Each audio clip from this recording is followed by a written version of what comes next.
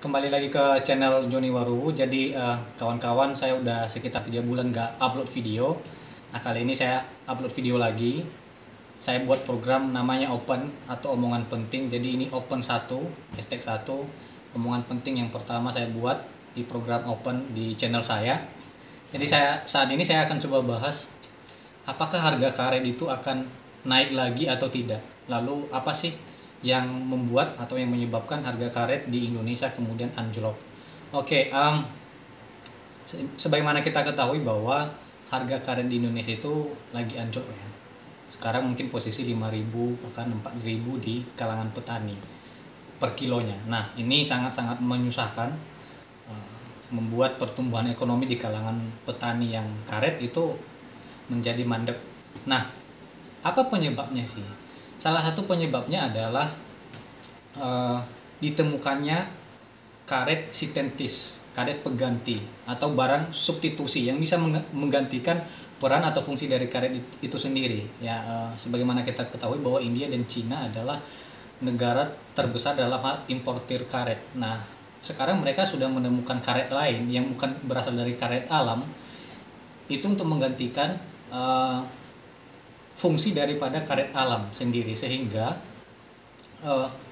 permintaan akan karet itu menjadi berkurang. Dan itu memang karet pengganti itu juga seperti yang disampaikan dulu Menteri Koordinator Darmin Nasution, Koordinator Perekonomian Indonesia, itu kualitasnya sangat bagus ya, jadi bisa dipergunakan di medis dan sebagainya. Karet sintetis ini juga saya dengar bahwa itu didapat dari hasil gas atau minyak alam, sehingga selama harga minyak dunia itu masih turun, masih ada peluang bahwa harga karet nggak akan pernah naik. Nah, kemudian juga pembentukan harga karet di dunia ini adalah ditentukan di Singapura dan utamanya di Shanghai, China, di future market Shanghai. Disitulah terbentuk harga karet.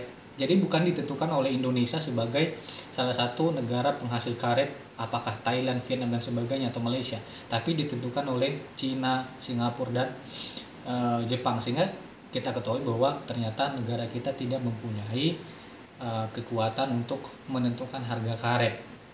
Nah, di Nias apakah yang harus dilakukan kita sih sebenarnya masyarakat di Nias secara khusus ya, mungkin secara umum mungkin para petani karet di seluruh Indonesia. Dan aku mau sampaikan bahwa harga karet ini saya duga bahwa tidak akan lagi naik. Mungkin akan naik tapi tidak akan signifikan, apalagi setelah ditemukannya jenis karet lain yang tidak alam dan kualitasnya juga semakin baik, maksudnya dibanding karet alam, dan harganya, produksinya, beban cost untuk produksinya juga lebih rendah daripada karet alam, sehingga itu akan membuat karet alam itu semakin tertekan. Nah, di Nias sebenarnya saya secara pribadi tidak setuju kalau masyarakat Nias itu mengandalkan karet. Kenapa? Kita di Nias kita harus mengetahui bahwa ini yang harus kita ketahui bahwa di Nias curah hujan itu sangat tinggi, sehingga rata-rata hujan dengan kemarau itu perbandingannya lebih banyak kan hujan. Jadi dari situ aja, dari cuaca sebenarnya Kepulauan Nias tidak mendukung untuk menjadi petani karet. Nah, yang harus kita lakukan bersama adalah selain karena harga karet ini kemungkinan besar tidak akan pernah naik, ini harus diketahui oleh masyarakat bahwa sudah ada pengganti karet alam, yaitu karet sintetis atau karet yang lain yang memang sudah dihasilkan oleh negara-negara yang membutuhkan karet atau importir karet yang selama ini membeli karet. Nah, itu juga harus disampaikan dan juga harus diedukasi bahwa di Nias memang tidak cocok untuk menjadi sebenarnya petani karet. Bahkan mungkin petani karet okulasi sekalipun, memang selama ini banyak juga masyarakatnya yang masih petani mengandalkan karet tradisional ya, maksudnya karet yang memang bukan karet okulasi. Nah, sekalipun pun karet okulasi yang mungkin penghasilannya, hasil karet yang dihasilkan mungkin lebih tinggi, tapi memang tidak cocok karena memang curah hujan di Nias lebih tinggi, lebih sering dibanding musim kemarau. Nah, ini harus diketahui oleh masyarakat. Nah, apa yang harus dilakukan adalah beralih ke pertanian yang lain. Saya kasih contoh di kampung keluarga saya sudah ada beberapa lokasi itu tanaman karet dibabat dan digantikan untuk menanam jagung. Jadi ini yang mungkin yang harus kita kerjakan bersama. Dan memang juga harus pemerintah terlibat membantu masyarakat. Kenapa? Kalau dia cuma mempunyai karet yang menghasilkan 5 kilo per hari atau bahkan kurang dari itu, maka pemerintah harus menyediakan dana untuk bisa mereka hidup selama proses peralihan itu. Mungkin mereka beralih untuk menanam cabai, tanaman palawija, sayur-sayuran dan sebagainya. Nah, itu yang sebenarnya harus dikerjakan dan pemerintah harus terlibat. Karena kalau kita terus menunggu, saya sudah sampaikan dari awal bahwa kemungkinan besar harga karet tidak akan pernah naik. Oleh karena itu, kita harus beralih. Kita harus mencari jalan alternatif.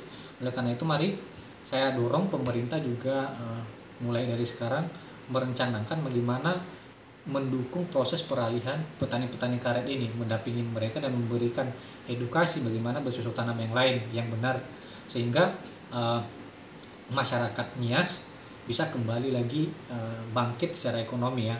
Petani-petani karet bisa lagi mempunyai harapan bahwa pendapatannya naik.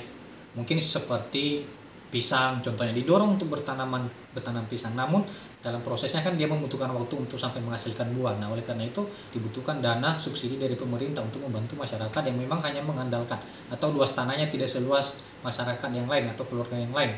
Nah, atau contohnya seperti kelapa atau pohon-pohon yang lain, mungkin fokus. Dan memang salah satu kelemahan petani karet kita selama ini adalah karet atau tanah yang memang ditanami segala jenis tumbuhan, 1001 jenis tumbuhan hiduplah di dalam 1 hektar tanah tersebut. Nah, sekarang bagaimana mengedukasi bertani yang benar, fokus apakah durian kah, pisang kah, pinang kah, atau memang seperti kelapa kah dan sebagainya. Dan memang pemerintah juga harus memikirkan bagaimana nanti kalau memang ada hasil produksi atau hasil panen, bagaimana untuk memasarkannya. Kira-kira itulah yang saya sampaikan di video ini. Saya berharap petani-petani kita bisa, petani-petani karet berpikir untuk bisa beralih memikirkan hal yang lain, karena saya bisa memberikan peringatan mungkin 90% harga karet tidak akan naik lagi, bahkan mungkin kalau naik tidak signifikan lagi, karena memang sudah ada jenis karet yang lain yang memang tidak berasal dari alam yang bisa menggantikan, mensubstitusikan fungsi daripada karet itu sendiri. Oke, jadi sekian open atau omongan penting episode kali ini. Sampai jumpa di open episode ke depan.